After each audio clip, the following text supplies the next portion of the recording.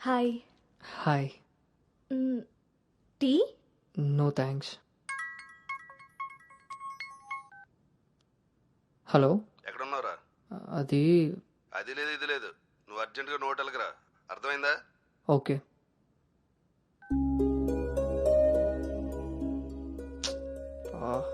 ఏమైంది గౌతమ్? అర్జెంటుగా నోవోటెల్కి వెళ్ళాలి, క్యాబ్ బుక్ అవ్వట్లేదు. నేను డ్రాప్ చేస్తాను కదా.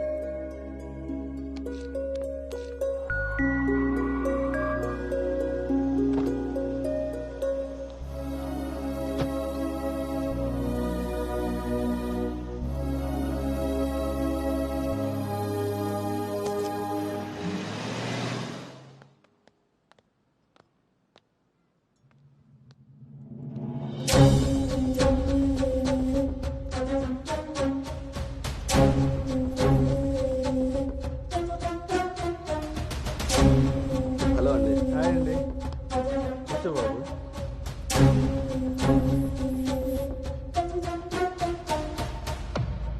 బాబు, మా అమ్మాయి అను. నా మేనల్లుడు గౌతమ్. మా అమ్మాయి ఇక్కడే స్మార్ట్ వర్క్ సొల్యూషన్స్ లో వర్క్ చేస్తాం. ఓహో, ఏం కావాలి బాబు? ప్రైవసీ కావాలన్నగారు. మనం వీళ్ళకి పెళ్లి చూపులు అరేంజ్ చేసి మనం వాళ్ళనే చూస్తూ కూర్చుంటే ఇంకా వాళ్ళు ఏం మాట్లాడుకుంటారు? ఓ కదా, పదండి రండి. వెళ్దాం.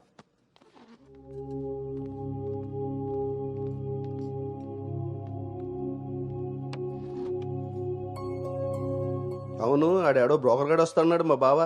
ఏడాడు? రావాల్సిన సమయానికంటే గంట ముందే వచ్చాను. ఓ, బాగా ఖాళీగా ఉన్నావు అనమాట. వీటితో జాగ్రత్తగా ఉండాలి. పోలీసుకు ఒక పెద్ద ముగుడుకులో ఉన్నాడు. వచ్చింది హోటల్కి కళ్ళజోడితే. హలో, నమస్కారం. నమస్కారం. ఈడు ఈడు పేడు మొత్తం. Sir, order please. ఇక్కడ కదా ఆ టేబుల్ తీసి.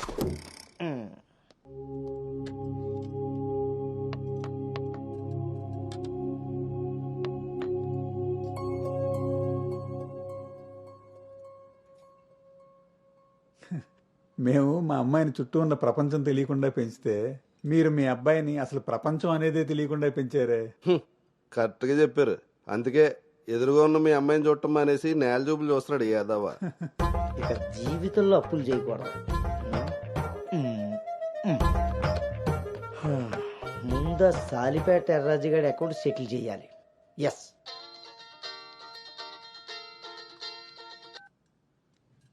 హలో,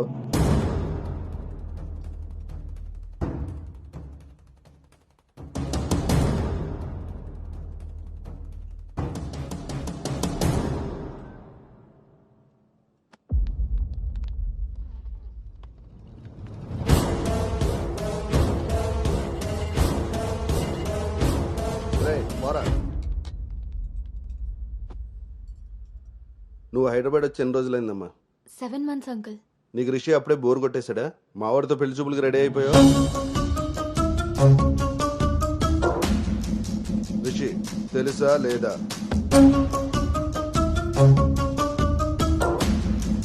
ఇక్కడ అడుగుతుంటే ఆడం చూస్తావేంటి? మావయ్య అది నువ్వు నార్మల్, నీకు తెలీదు.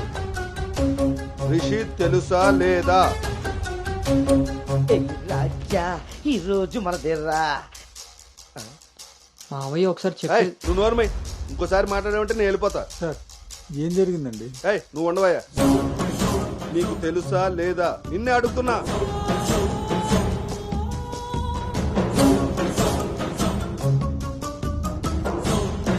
మావయ్య ఒకసారి నేను చెప్పి. మీ నాన్నకు ఫోన్ చేయరా. అది కాదు. ఏయ్, నేనే చేస్తా.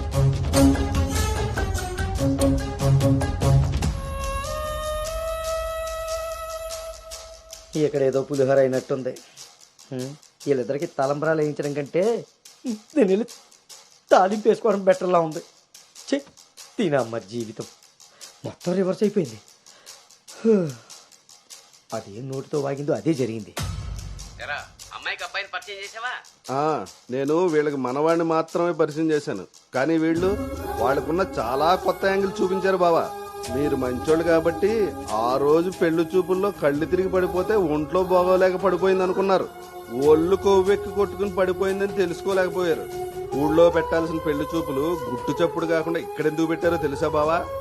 నలుగురికి తెలిసేలా అక్కడ పెడితే ఈవిడి గారి భాగవతం మనకెక్కడ తెలుస్తుందో అని జాగ్రత్తగా ప్లాన్ చేసి మీకు సంబంధం లేని ఒకటి మీకు మనవని చేద్దామని చూస్తున్నారు. అంతే బావా. అలాగే అలాగే. మావయ్య అది మా కాదు బావ ఈ సంబంధం క్యాన్సిల్ అని చెప్పాడు. మావయ్య, నేను చెప్పేది ఒకసారి. మూసుకుని రారా. వీళ్ళది ఒక ఫ్యామిలీ, మళ్ళీ వీళ్ళకి సంబంధాలు. ఎవరైనా మన మాట అన్నప్పుడు మనకు కోపం వస్తే ఆ మాట అబద్ధం, బాధ వస్తే ఆ మాట నిజం.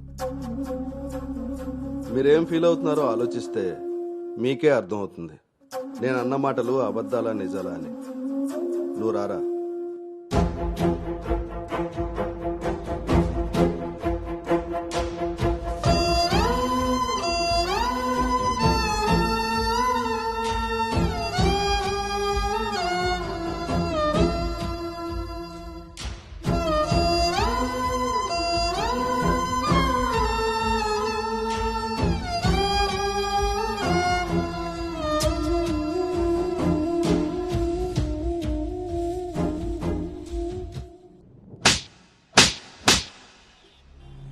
అను, ఇట్స్ ఓవర్.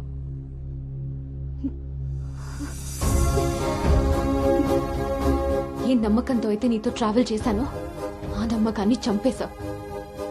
అసలు నీకు నాకు తప్ప తెలియని రిషి బయటికి ఎలా వచ్చాడు? మనం ఎవరితో అయినా పర్సనల్స్ షేర్ చేసుకుంటే వాళ్ళు దాన్ని మనసులో పెట్టుకునే వాళ్ళై ఉండాలి, బయట పెట్టే వాళ్ళై ఉండకూడదు.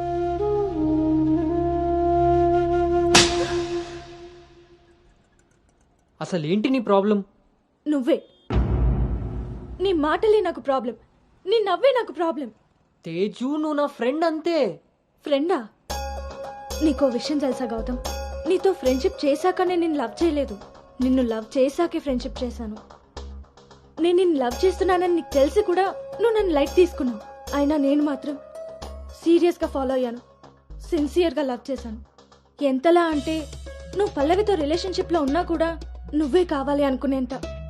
నువ్వు పల్లవితో స్పెండ్ చేసిన ప్రతి మూమెంట్ నాకు చెప్తుంటే పెయిన్ ఫీల్ అవుతూ కూడా దాన్ని తట్టుకోగలిగానేమో, కానీ నీ పైన ప్రేమను చంపుకోలేకపోయాను.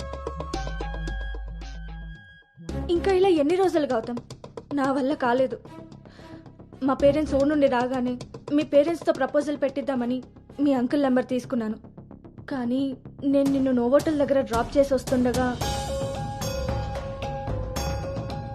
వేరే దారి కనిపించలేదు. నీ లవ్ కోసం నువ్వెంత సఫర్ అయ్యావో నా లవ్ కోసం నేను అంతే సఫర్ అయ్యాను.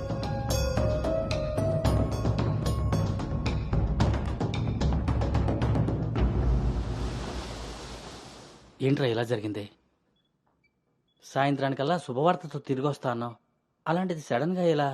సడన్గా ఏవి రావురా, అన్నీ ఎప్పటి నుంచో ఉంటాయి, సడన్గా బయటపడతాయి అంతే.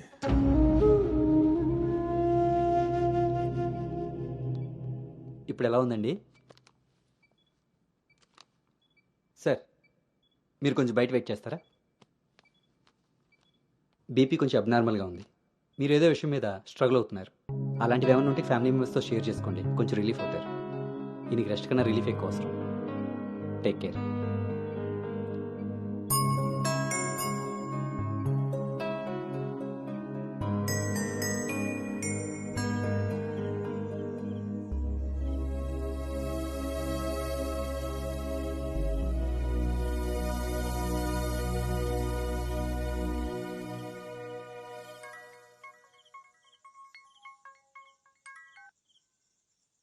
భార్గవి,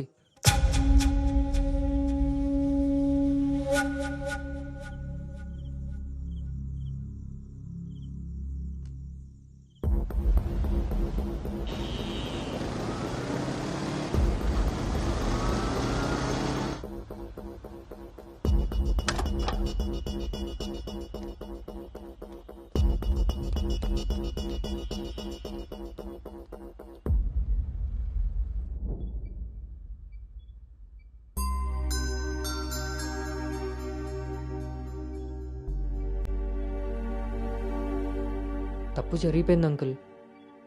నిజం తెలుసుకోకుండా మాట్లాడి మా మావయ్య తప్పు చేశారు. నిజం తెలిసి మాట్లాడకుండా నేను తప్పు చేశాను. మీ కుటుంబం గురించి తెలిసి కూడా నిర్ణయం తీసుకొని మా నాన్న తప్పు చేశారు. ఆ రోజు మా మావయ్య చెప్పిన రిషి ఎవరో కాదు అంకుల్. ఇప్పుడు మీ ముందు నిలబడ్డ గౌతమే. లైఫ్ చాలా విచిత్రమైంది అంకుల్. తప్పు చేసే టైంకి మంచి ఎలా ఉంటుందో తెలియనివ్వదు. అది తెలిసే టైంకి చేసిన తప్పు నుంచి మనల్ని బయటికి రానివ్వదు. నేను ఇప్పుడు అదే పరిస్థితిలో ఉన్నాను.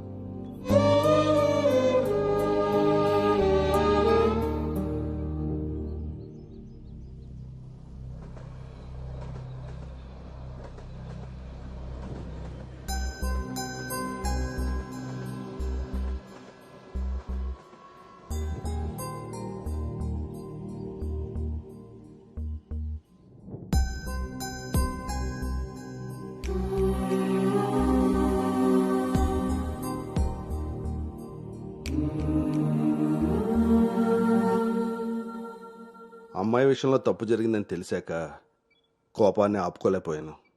మీ విషయంలో తప్పు చేశానని తెలిసాక మీ ముందు తలెత్తుకోలేక నిలబడ్డాను.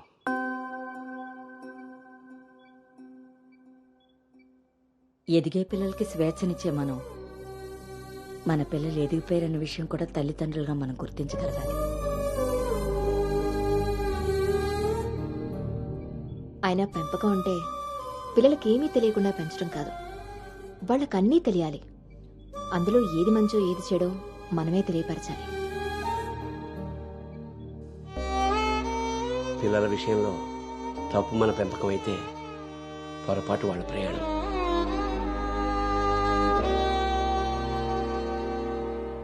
మనం మోస్తున్న పల్లెకిలో కూర్చున్నది మన పిల్లలు. వాళ్ళు బాధ పెట్టారని దింపేయగలవా? మనం బాధపడ్డామని వాళ్ళని వదిలేయగలవా? మన జీవితం అంతం వరకు వాళ్ళని మోస్తూనే ఉంటాం. పిల్లలు కదా. మనం ఒకరినొకరు అర్థం చేసుకున్నాక ఇంకా కావాల్సింది కన్నీళ్లు కారణాలు కాదు.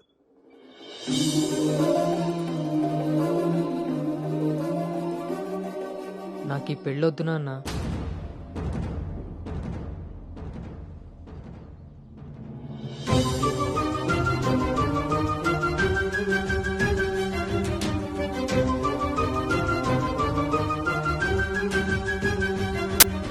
అసలు ఇది ఎలాంటి పెళ్ళమ్మా? పెద్దలు కుదిర్చి పిల్లల ఇష్టంతో జరుగుతున్న పెళ్ళ, లేక పిల్లలే ఇష్టపడి పెద్దల్ని ఒప్పించి చేసుకుంటున్న పెళ్ళ? పెద్దలు చేసే పెళ్లిలో కానీ పెద్దల్ని ఎదిరించి చేసుకునే పెళ్లిలో కానీ పెళ్ళి ఎలా ఉంటుందో ప్రేమ కూడా అలానే ఉంటుంది. కానీ మా పెళ్లిలో అది మాత్రమే ఉండదు. ఆ రోజు మీరు అడిగారు నన్ను, నువ్వు సంతోషంగా ఉండాలి అంటే నీకు ఎలాంటి భర్త కావాలి అని. అప్పుడు నా మనసులో మాట చెప్పాను. కానీ నేను ఆ రోజు చెప్పిన వ్యక్తి గౌతమ్ అయితే కాదు నాన్న. పెద్దలకి నచ్చినట్టుగా పిల్లల్ని పెంచుకునే అవకాశం అందరికీ ఉండొచ్చు. పెద్దలకి నచ్చిన విధంగా పిల్లలు పెళ్లి చేసే అదృష్టం కొంతమందికే ఉంటుంది. కానీ మేం చేసిన ఈ పొరపాటు కనీసం మిమ్మల్ని కొంతమందిలో కూడా ఉండనివ్వలేదు. ఆ రోజు పెళ్లి చూపుల్లో ఒకరికొకరు ఎదురుపడలేకపోయినా మేము ఈరోజు ఒకరితో ఒకరు జీవితాన్ని ఎలా పంచుకోగలమమ్మా? ఇదంతా విన్న తర్వాత కూడా మీరు ఈ పెళ్లి చేయాలనుకుంటే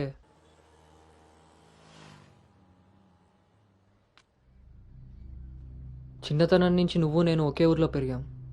నిన్ను తాకిన గాలే నన్ను తాకింది, నువ్వు తాకిన నెలనే నేను తాకాను. మన పరిచయం విచిత్రం, మన ప్రయాణం ఇంకా విచిత్రం.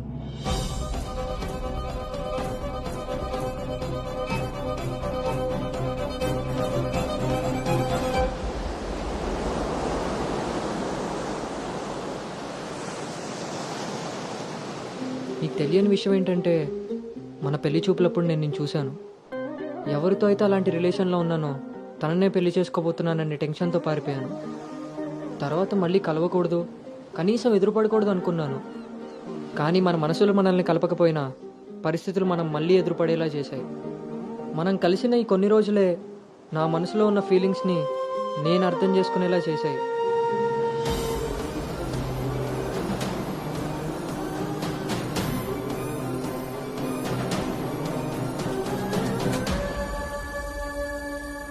ప్రేమ అందంతోనూ ఐశ్వర్యంతోనూ పుడుతుందని తెలుసు, కానీ కేరింగ్ వల్ల కన్సోలింగ్ వల్ల పుడుతుందని నా విషయంలోనే తెలుసుకున్నాను.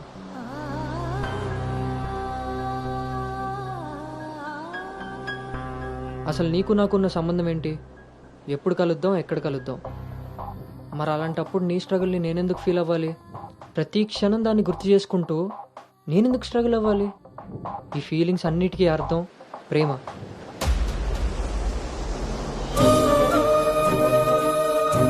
ఆ విషయం చెప్తే నన్ను తప్పుగా చూసి దూరం చేస్తావేమో అన్న భయంతో చెప్పలేకపోయాను. కానీ నువ్వు పెళ్లి చూపులకు ఒప్పుకున్నాక అర్థమైంది అది డౌట్ కాదు, నిజమని. ఎందుకో తెలుసా? నిన్ను చూసుకోవడానికి వచ్చే పెళ్లి కొడుకు నేను కాదని నీకు తెలుసు కాబట్టి. నువ్వు అక్కడ పెళ్లి చూపులకు ఒప్పుకున్నావంటే ఇక్కడ నన్ను లవ్ చేయట్లేదనే కదా. మరి నేనెందుకు ఒప్పుకున్నానో తెలుసా? నన్ను చూస్తే నువ్వు ఎలాగో నచ్చలేదని చెప్తావు. ఆ మాట విని నా మనసు బాధపడుతుందని తెలిసినా మా నాన్న మాట కాదనకుండా వచ్చినందుకు కనీసం ఆయనైనా సంతోషపడతారని వస్తానన్నాను. నేను పల్లవిని దాటి అనుని చేరడానికి చాలా ప్రయత్నించాను, కానీ చివరికి రిషిగానే మిగిలిపోయాను. అలానే నా మనసులో మాట ఎవరికి చెప్పకుండా ఉండలేను. అను నీతో కలిసి తిరగడానికి పరిచయం సరిపోయిందేమో కానీ నా ప్రేమని చెప్పడానికి ధైర్యం సరిపోలేదు. నేను నిన్ను ప్రేమిస్తున్నాను అని గట్టిగా చెప్పాలనిపించింది, కానీ అప్పుడు ఎలా చెప్పాలో తెలియలేదు. ఇప్పుడు ఏం చేయాలో అర్థం కావట్లేదు. అందుకే నా అనుకి ఏదైతే చెప్పాలనుకున్నానో దాన్ని తన సోల్మేట్ అయిన నీకు చెప్పుకుంటే కనీసం రిలీఫ్ అయినా దొరుకుతుందని చెప్తున్నాను.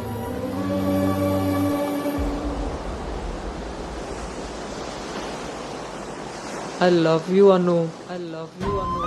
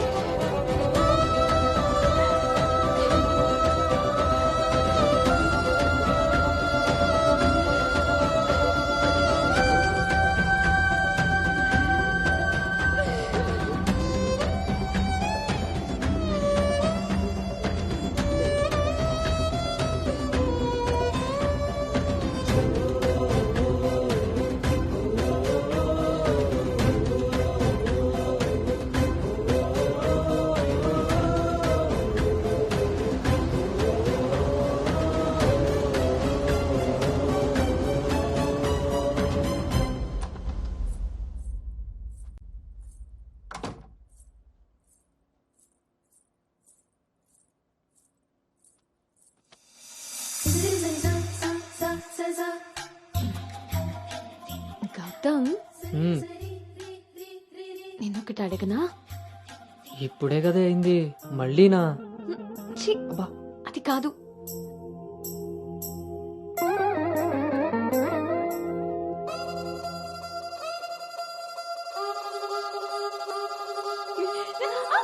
ఏ జాగ్రత్త.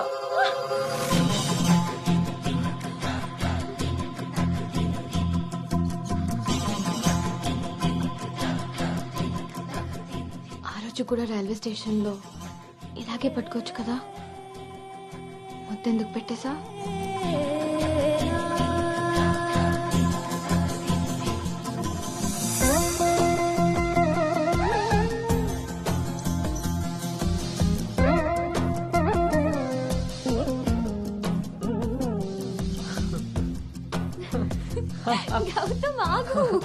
అను అను ప్లీజ్, ఇప్పుడు వద్దు. ఇప్పుడు కాక ఇంకెప్పుడు?